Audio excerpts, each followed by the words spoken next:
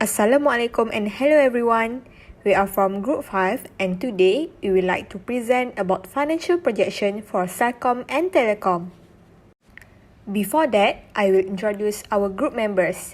There are 4 of us, which is me, Nurshima binti Abdul Hamid, Nur Hafizah binti Syari, Anusuri daughter of Murti, and Tamayanti daughter of Armurugaswaran.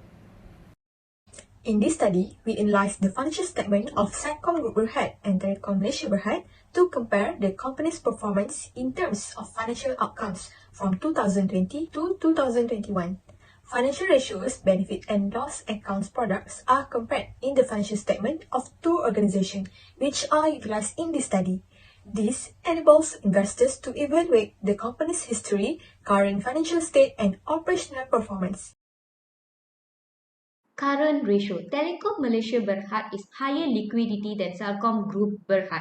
Both companies' current ratio dropped by the following year, which is Celcom Group Berhad from 0.69 to 0.61, meanwhile Telekom Malaysia Berhad from 1.28 dropped to 1.14.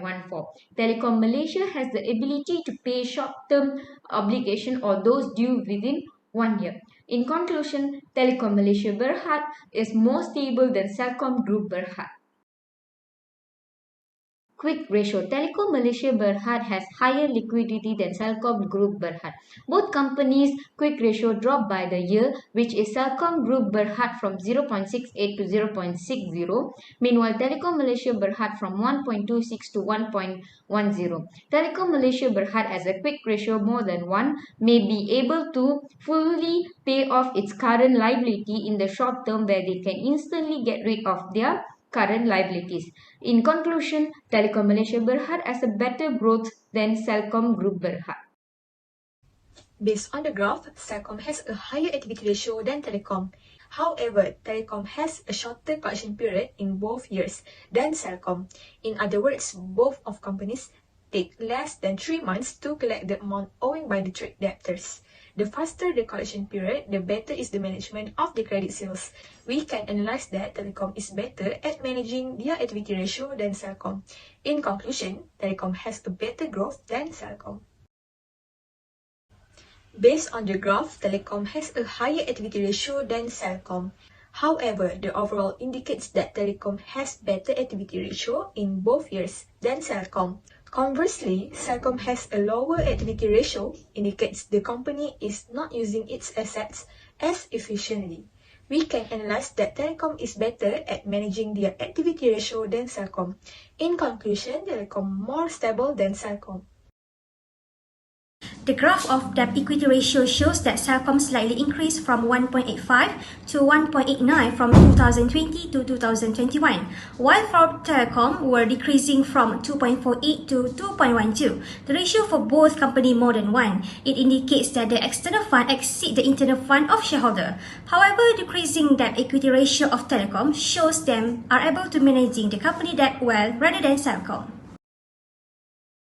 The graph demonstrates that interest coverage of Celcom and Telekom were increasing from 2020 to 2021. However, minimum of interest coverage is 2. Due to that, Celcom was indicates do not have enough capital to pay interest on its debt, while Telekom's interest coverage showing that they have sufficient and strong financial resources to cover interest payments since they achieve more than 2 of interest coverage. Profitability ratio of the operating profit margin. The percentage of operating profit margin for both companies decreases. Telekom still has the higher operating profit margin than Celcom.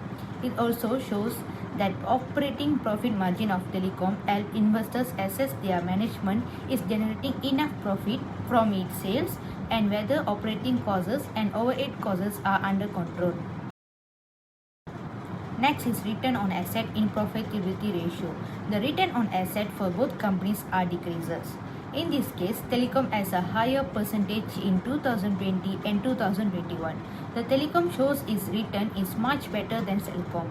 It is because a higher ratio would indicate that the Telekom can produce relatively higher earnings in comparison to their asset base. From this, we can see dividend payout ratio of Celcom is higher than Telecom's. Celcom CPR is 1.63 in 2020 and decreased to 1.01 in 2021, while Telekom CPR is 0.53 in 2020 and slightly increased to 0.55. Generally, high DPR means company reinvest less money back into its business and pay more of its earning. Overall, Telecoms is financially strong because a good DPR is less than 75% of its earning. Lastly, the price-earning ratio. The price-earning ratio decreases for Celcom while Telecom increases. The higher ratio of Celcom indicates its market price is overvalued. On the other hand, a low price-earning ratio by Telecom might mean that the stock is undervalued. It is safe for the business itself and for potential investors because it has a low price-earning ratio.